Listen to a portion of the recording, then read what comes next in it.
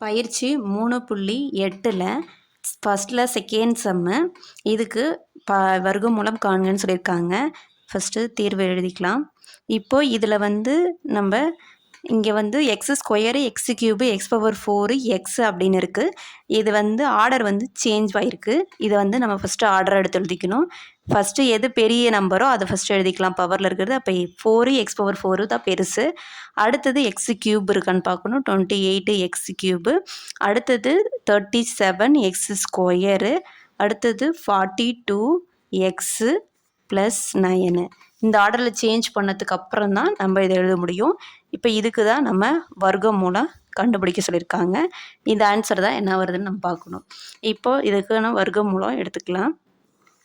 இந்த அதை அப்படியே உள்ளே எழுதிக்கோங்க. பல்லுறுப்புக்கோவையை 28 X cube plus 37 X square plus 42 x plus 9. இப்போது இந்த 4 எக்ஸ் பவர் 4 நம்ம ஸ்ப்ளிட் பண்ணணும். ரெண்டாக ஸ்ப்ளிட் பண்ணணும். அதை எப்படி ஸ்ப்ளிட் பண்ணலாம்? எக்ஸ் பவர் 4 வந்து 2ஆக ஸ்ப்ளிட் பண்ணிக்கலாம். ஆட் பண்ணாலும் பெருக்கினாலும் 4 வந்துடும். இப்போ x power 4 x square 2 x ஸ்கொயருன்னு பிரிச்சுக்கலாம். இப்போ பிரித்ததை வந்து மேலேயும் போடணும், சைட்லேயும் போடணும். 2 எக்ஸ் ஸ்கொயரு 2 எக்ஸ் ஸ்கொயர்னு.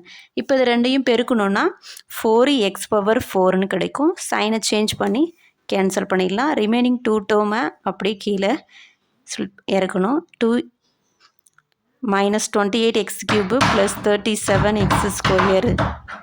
இப்போது இதை வந்து ரெண்டால் ஃபஸ்ட்டு இங்கே ஈவில் இருக்கிறத ரெண்டால் பெருக்கி எழுதணும்.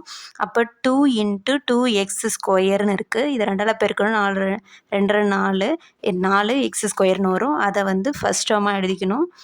4 எக்ஸ் ஸ்கொயரு. இப்போ இந்த டேர்மை டிவைட் பண்ணணும். இங்கே இருக்கிற ஃபஸ்ட் டேர்மோட டிவைட் பண்ணணும். -28 எக்ஸ் கியூபு டிவைடு இந்த ஃபஸ்ட் டேர்மோட பெருக்கணும். டிவைட் பண்ணணும். 4 x square. X square x ஒரு கேன்சல் ஆகிட்டு 7 நாங்க 28. அப்போ -7 எக்ஸ்ன்னு கிடைக்கும். இங்கே மேலே ஒரு எக்ஸ் இருக்குது அடித்தது போக. இப்போது இந்த -7 எக்ஸை இங்கேயும் ஆட் பண்ணிக்கணும், இங்கேயும் ஆட் பண்ணிக்கணும். இந்த 7 எக்ஸால் இதை மல்டிபிள் பண்ணி எழுதணும்.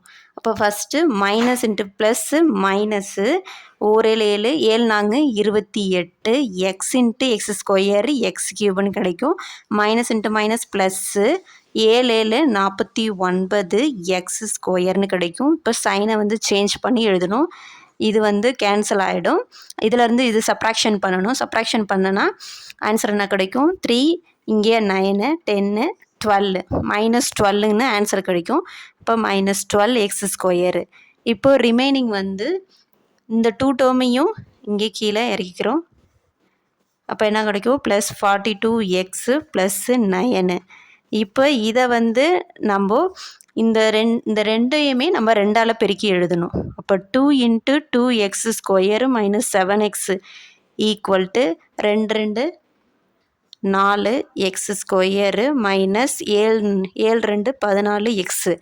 இப்போ இதை வந்து இங்கே எழுதிக்கணும். ஃபஸ்ட் டேர்மாக 4 எக்ஸ் ஸ்கொயரு -14 எக்ஸு. இப்போது இதை வந்து டிவைட் பண்ணும். ஃபஸ்ட் டேர்மோடையும் இங்கே -12 எக்ஸ் ஸ்கொயரையும் 4 எக்ஸையும் டிவைட் பண்ணணும். -12 எக்ஸ் ஸ்கொயரையும் டிவைடு 4 எக்ஸ் ஸ்கொயரையும் டிவைட் பண்ணோன்னா எக்ஸ் ஸ்கொயர் கேன்சல் ஆகிடும்.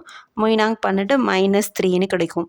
இப்போ -3யோட இங்கேயும் போட்டுக்கணும். -3 இங்கேயும் ஆட் பண்ணிக்கணும். இப்போ -3ஆல் இந்த டேர்மை பெருக்கி இங்கே எழுதணும்.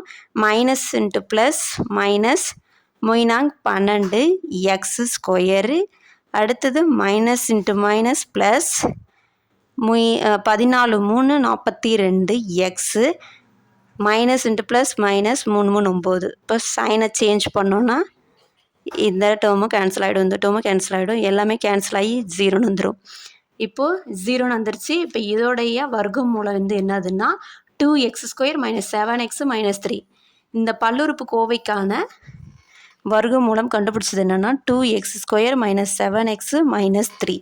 இதுதான் இதோடைய ஆன்சர்.